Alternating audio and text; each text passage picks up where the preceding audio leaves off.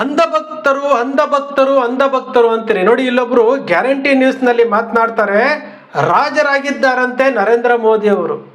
ಪ್ರಜಾಪ್ರಭುತ್ವ ರಾಷ್ಟ್ರದಲ್ಲಿ ಯಾವ ರಾಜನೂ ಇಲ್ಲ ಬೀಜನೂ ಇಲ್ಲ ಅಂತೇಳಿ ನಮ್ಮ ರಾಧಕ್ಕ ಅವರು ಹೇಳ್ತಾ ಇರುವಂಥದ್ದು.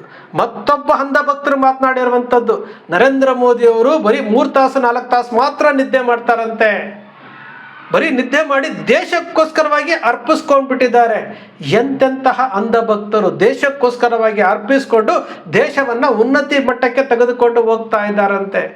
ಇಂತಹ ಅಂಧಭಕ್ತರುಗಳು ಇಡೀ ದೇಶದೆಲ್ಲೆಡೆ ಇದ್ದಾರೆ, ಇಡೀ ದೇಶದಲ್ಲೇನಿದ್ದಾರೆ. ಮತ್ತೊಬ್ಬರು ಹೇಳ್ತಾ ಇದ್ದಾರೆ, ಈ 1% 2% ಜನ ಏನಿದಾರಲ್ಲ, ಈ 1% 2% ಜನರಿಂದಾನೇ ಇವತ್ತು ಭಾರತ ಮೊಘಲರ ಕೈಗೆ ಸಿಗಾಕೊಂಡಿದ್ದು. ಈ 1% 2% ಜನ ಇದ್ದಾರಲ್ಲ, ಇವರಿಂದಲೇ ಬ್ರಿಟಿಷರು ಭಾರತವನ್ನ 100 ವರ್ಷಗಳ ಕಾಲ ಆಳಿದ್ದು. ಈ 1% 2% ಅಂಧಭಕ್ತರಿದಾರಲ್ಲ, ಇವರಿಂದಲೇ ಇವತ್ತು ಈ ದೇಶ ಆರ್ಥಿಕವಾಗಿ 224 ಲಕ್ಷ ಕೋಟಿ ಸಾಲ ಆಗಿರುವುದು, ಡಾಲರ್ ಬೆಲೆ ಮೇಲೆ ಏರ್ತಾ ಇರುವಂಥದ್ದು. ದೇಶ ಇವತ್ತು ಕೇಳಿ ಕಂಡರಿಯದಂತಹ ರೀತಿಯಲ್ಲಿ ಇವತ್ತು ಜನ ಕಷ್ಟ ಅನುಭವಿಸ್ತಾ ಇರುವಂಥದ್ದು. ಇಂತಹ 1% 2% ಜನಕ್ಕೆ ಈ ದೇಶ ಚೆನ್ನಾಗಿರೋದು ಬೇಕಾಗಿಲ್ರಿ. ಈ ದೇಶ ಚೆನ್ನಾಗಿರೋದು ಬೇಕಾಗಿಲ್ಲ. ಇವ್ರು ಹೇಳ್ತಾ ಇದ್ದಾರಲ್ಲ, ನರೇಂದ್ರ ಮೋದಿ ಇಲ್ದ ಹೋಗಿದ್ರೆ ಇವತ್ತು ಏನೇನೋ ಆಗ್ಬಿಡ್ತಾ ಇತ್ತಂತೆ. ಹಾಗಾದ್ರೆ ಸ್ವತಂತ್ರ ಬಂದಾಗಿನಿಂದ 2014ರವರೆಗೂ ಅಷ್ಟು ಜನ ಪ್ರಧಾನಮಂತ್ರಿಗಳು ದೇಶವನ್ನ ಆಳಿದ್ರಲ್ಲ, ಬ್ರಿಟಿಷರು ಭಾರತವನ್ನ ದೋಚ್ಕೊಂಡು ಹೋಗಿದ್ರಲ್ಲ, ಆ 2014ರವರೆಗೂ ಈ ದೇಶವನ್ನ ಕಟ್ಟಿದ್ರಲ್ಲ. ಅಟಲ್ ಬಿಹಾರಿ ವಾಜಪೇಯಿ ಅವರನ್ನ ಸೇರಿ ಈ ದೇಶವನ್ನ ಕಟ್ಟಿದ್ರಲ್ಲ, ಅವ್ರು ಯಾರು ಪ್ರಧಾನಮಂತ್ರಿಗಳಲ್ವಾ? 55 ಲಕ್ಷ ಕೋಟಿ ಸಾಲ ಮಾಡಿರುವಂಥವ್ರು 2014ರಿಂದ 2026ವರೆಗೂ 224 ಲಕ್ಷ ಕೋಟಿ ದಾಟಿಸ್ಬಿಟ್ಟಿದಾರಲ್ಲ. ಇಂತಹ ಅಂಧಭಕ್ತರು ಇವರು ಅನಾದಿ ಕಾಲದಿಂದಲೂ ಸಾವಿರಾರು ವರ್ಷಗಳಿಂದಲೂ ಇದನ್ನೇ ಮಾಡ್ಕೊಳ್ತಾ ಬರ್ತಾ ಇರುವಂಥದ್ದು. ಈ ದೇಶದ ಅಮಾಯಕ ಜನ ಯಾವತ್ತೂ ಉದ್ಧಾರ ಆಗಬಾರ್ದು, ಶ್ರೀಮಂತರಾಗಬಾರ್ದು, ಸಂತೋಷದಿಂದ ಇರಬಾರ್ದು. ಅವರು ಸಂತೋಷದಿಂದ ಇದ್ದು ಶ್ರೀಮಂತರಾಗ್ಬಿಟ್ರೆ, ಅವರಿಗೆ ಬುದ್ಧಿಶಕ್ತಿ ಬಂದ್ಬಿಟ್ರೆ, ಅವರು ಪ್ರಶ್ನೆ ಕೇಳೋ ರೀತಿ ಆಗ್ಬಿಟ್ರೆ ನಮಗೆ ಉಳಿಗಾಲ ಇಲ್ಲ. ಆ ಒಂದು ಕಾರಣಕ್ಕೋಸ್ಕರವಾಗಿ ಆ 1% 2% ಜನ ಏನು ಅನಾದಿ ಕಾಲದಿಂದಲೂ ಇದ್ದಾರಲ್ಲ, ಅವತ್ತಿಂದ ಇವತ್ತಿನವರೆಗೂ ಈ ಜನರನ್ನ ಅಂದ್ರೆ ಭಾರತೀಯರನ್ನ ತುಳ್ಕೊಳ್ತಾನೆ ಬರ್ತಾ ಇದ್ದಾರೆ. ಗಮನಿಸಿ ನೋಡಿ, 1902ನೇ ಇಸ್ವಿನಲ್ಲಿ ಒಬ್ಬ ಬ್ರಿಟಿಷನ ಎಲಿಜಬೆತ್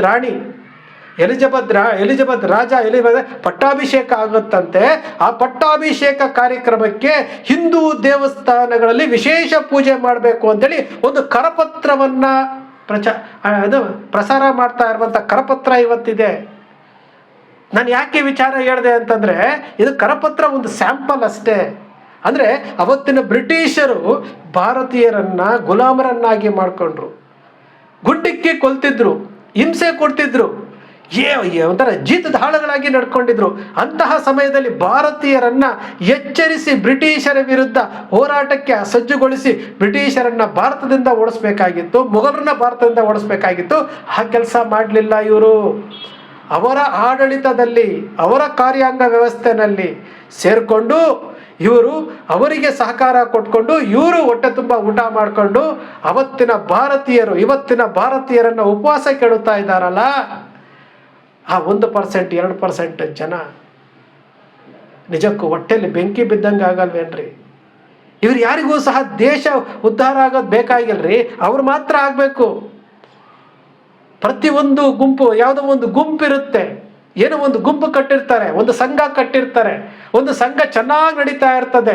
ಆ ಸಂಘನ ಚೆನ್ನಾಗಿ ನಡೆಯೋದು ಇಷ್ಟ ಆಗಲ್ಲ ಅಂತಂದಾಗ ಅದರಲ್ಲಿರುವಂತಹ 1% 2% ಜನ ಏನೋ ಪಿತೂರಿ ಮಾಡಿಬಿಟ್ಟು ಅಲ್ಲಿ ಗೊಂದಲ ಮೂಡಿಸ್ಬೇಕು, ಅಲ್ಲಿ ಭೇದ ಭಾವ ಮಾಡಿಬಿಟ್ರೆ ಆ ಸಂಘ ಬೆಳಿಬಾರ್ದು. ಅದೇ ರೀತಿಯಾದಂಥದ್ದು ಪ್ರತಿಯೊಂದು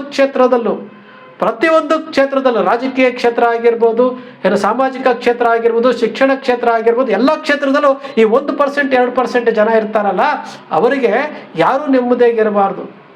ಇವತ್ತು ಆಗಿರೋದೇ ಅದೇ ತಾನೇ. ಮಾತಾಡ್ತಾ ಇದ್ದಾರೆ ನೋಡಿ, ಇವರೇ 1% 2% ಅಂಧಭಕ್ತರು ಅಂದ್ರಲ್ಲ, ಇವರೇ ನಮ್ಮ ರಾಧಕ್ಕ ಎಷ್ಟು ಚೆನ್ನಾಗಿ ಉತ್ತರ ಕೊಟ್ಟಿದ್ದಾರಲ್ವ, ಎಷ್ಟು ಚೆನ್ನಾಗಿ ಉತ್ತರ ಕೊಟ್ಟಿದ್ದಾರಲ್ಲ. ಇಂಥ ಪ್ರಶ್ನೆ ಕೇಳಬೇಕ್ರಿ. ಪತ್ರಕರ್ತರಾಗಿ ಅವ್ರ ಪ್ರಶ್ನೆ ಕೇಳಬೇಕು. 2 ತಾಸು 3 ತಾಸು ನಿದ್ದೆ ಮಾಡ್ತಾರೆ ಅಂತಂದ್ರೆ ಒಬ್ಬ ಮನುಷ್ಯ ಹುಟ್ಟದ ಮೇಲೆ ಈ ಪ್ರಕೃತಿ ಹೇಳುತ್ತೆ, ಈ ಪ್ರಕೃತಿ ಒಬ್ಬ ಮನುಷ್ಯನಿಗೆ 8 ತಾಸು ನಿದ್ದೆ ಮಾಡಬೇಕು ಅಂತ ಹೇಳುತ್ತೆ. 8 ತಾಸು ನಿದ್ದೆ ಮಾಡಬೇಕು ಅಂತ ಹೇಳುತ್ತೆ. 8 ತಾಸು ನಿದ್ದೆ ಮಾಡಲಿಲ್ಲ ಅಂದರೆ ಅವನು ಮಾನಸಿಕವಾಗಿ ಬಹಳಷ್ಟು ವಿಚಿತ್ರ ಅನುಭವಗಳಾಗುತ್ತೆ ಅವನಿಗೆ. ನಿದ್ರೆ ಇಲ್ಲ ಅಂತಂದ್ರೆ ಅವನೊಂಥರ ಮೆಂಟಲಿ ಅಪ್ಸೆಟ್ ಆಗ್ತಾನೆ ಅವನು. ಅಂತಹ ಪ್ರಕೃತಿ ಕೊಟ್ಟಿರುವಂಥದ್ದನ್ನ ನೀವು ಬಿಟ್ಬಿಟ್ಟು 1 ತಾಸು 2 ತಾಸು 3 ತಾಸು ನಿದ್ದೆ ಮಾಡೋದಿಲ್ಲ. ಅವರು ಯೋಗ ಮಾಡ್ತಾರೆ. ಹಾಗಾದ್ರೆ ಯೋಗ ಮಾಡಿರೋರು ಎಲ್ಲಾನು ಸಹ ನಿದ್ದೆನೇ ಮಾಡಲ್ವಾ? ಕೆಲಸ ಮಾಡ್ತಾರಾ? ಯಾವುದನ್ನ ಜೋಡಿಸ್ತಾ ಇದ್ದಾರೆ? ನರೇಂದ್ರ ಮೋದಿ ಅವರು 3 ತಾಸು ನಿದ್ದೆ ಮಾಡಿ ಏನು ಮಾಡ್ತಾರೆ? ಅವರು 3 ತಾಸು ನಿದ್ದೆ ಮಾಡ್ತಾರೆ. ಇನ್ನು 21 ಗಂಟೆಗಳ ಕಾಲ ಅವ್ರ ಜೊತೆಲಿ ಇದಾರಲ್ಲ, ಅಂಗರಕ್ಷಕರಾದಿಯಾಗಿ, ಅಧಿಕಾರಿಗಳಾದಿಯಾಗಿ, ಸಂಸದರಾದಿಯಾಗಿ, ಸಚಿವರಾದಿಯಾಗಿ ಎಲ್ಲರೂ 3 ತಾಸೇ ನಿದ್ದೆ ಮಾಡೋದ? ಇವ್ರ ಜೊತೆ ಇರಬೇಕಲ್ಲ. ನರೇಂದ್ರ ಮೋದಿ ಅವ್ರಿಗೆ ಕೆಲಸ ಮಾಡ್ತಾರೆ ಅಂತಂದಾಗ ಅವ್ರ ಜೊತೆ ಇರಬೇಕಲ್ಲ. ಯಾಕಂದ್ರೆ ಕ್ಯಾಪ್ಟನ್ ಎದ್ದಿರ್ಬೇಕಾದ್ರೆ ಅವ್ರ ಜೊತೆಗಿರೋದ್ರಲ್ಲಿ ಎದ್ದಿರ್ಲೇಬೇಕಲ್ಲ. ಯಾವುದನ್ನ ಜೋಡಿಸ್ತೀರ್ರಿ? ಯಾವುದನ್ನ ಲಿಂಕ್ ಮಾಡ್ತೀರಿ? ಇಂತಹ ಅಂಧಭಕ್ತರು, ಇಂತಹ 1% 2% ಜನರಿಂದಲೇ ಇವತ್ತು ದೇಶ ಹಾಳಾಗ್ತಾ ಇರೋದು. ವಿಚಾರ ಗೊತ್ತಿಲ್ಲ ಅವ್ರಿಗೆ. ನೀವು ಗಮನಿಸ್ತಾ ಬನ್ನಿ, ಸೂಕ್ಷ್ಮವಾಗಿ ಗಮನಿಸಿ. ನಾವು ಹೇಳೋದೇ ಸತ್ಯ ಅನ್ಕೊಂಬೇಡಿ. ನೀವು ಸೂಕ್ಷ್ಮವಾಗಿ ಗಮನಿಸ್ತೀನಿ. ಮೊಘಲರ ಕಾಲದಿಂದ ಗಮನಿಸ್ಕೊಳ್ತಾ ಬನ್ನಿ, ಬ್ರಿಟಿಷರ ಕಾಲದಿಂದ ಗಮನಿಸ್ತಾ ಬನ್ನಿ, ನರೇಂದ್ರ ಮೋದಿಯವರು ಪ್ರಧಾನಮಂತ್ರಿ ಆದಾಗ್ಲಿಂದ ಗಮನಿಸ್ತಾ ಬನ್ನಿ. ಯಾವುದೇ ವಿಚಾರ ನರೇಂದ್ರ ಮೋದಿಯವರು ಒಂದು ಬಟ್ಟೆ ಹಾಕಬೇಕು ಅಂತಂದ್ರೆ ಅವರ ಸ್ವಇಚ್ಛೆಯಿಂದ ಹಾಕೋದಿಲ್ಲ. ಇದನ್ನ ಮಾತಾಡಬೇಕು ಅಂದ್ರೆ ಅವ್ರ ಸ್ವಇಚ್ಛೆಯಿಂದ ಮಾತಾಡೋದಿಲ್ಲ. ಇಲ್ಲಿ ಹೋಗ್ಬೇಕು ಅಂದ್ರೆ ಸ್ವಇಚ್ಛೆಯಿಂದ ಹೋಗೋದಿಲ್ಲ. ಮನಮೋಹನ್ ಸಿಂಗ್ ರಿಮೋಟ್ ಪ್ರಧಾನಮಂತ್ರಿ ಅಂತ ಹೇಳ್ತಿದ್ರಲ್ಲ, ಮನಮೋಹನ್ ಸಿಂಗ್ ಆಕ್ಸ್ಫರ್ಡ್ ಯೂನಿವರ್ಸಿಟಿಲಿ ಓದಿದ್ದಂಥವ್ರು, 112 ಪ್ರೆಸ್ ಮೀಟ್ ಮಾಡಿದಂಥವರು. ಇವರು ಪ್ರೆಸ್ ಮೀಟೇ ಮಾಡಿಸದೆ, ಅವರನ್ನು ಮುಂದೆನೇ ಬಿಡದೆ, ಉತ್ಸವ ಮೂರ್ತಿಯನ್ನಾಗಿ ಒಂದು ಕಡೆ ಕೂರಿಸಿ ನಾವು ಕೊಟ್ಟಂತಹ ಹೇಳಿಕೆಗಳನ್ನು ಹೇಳಬೇಕು, ನಾವು ಹೇಳಿದ್ದನ್ನೇ ಮಾಡಬೇಕು ಅಂತೇಳಿ ಇಟ್ಕೊಂಡಿರುವಂಥದ್ದು ನಿಮ್ಮ ಕಣ್ಣಿಗೆ ಗೋಚರ ಆಗ್ತಾ ಇದೆಯಾ ಇಲ್ವೋ? ಇದು ವಾಸ್ತವ ಸತ್ಯ. ಎಲ್ಲಿಯವರೆಗೂ ನೀವು ಎಚ್ಚೆತ್ಕೊಳ್ಳೋವರೆಗೂ. ಇದ್ಯಾವುದು ಸೃಷ್ಟಿ ಅಲ್ಲ.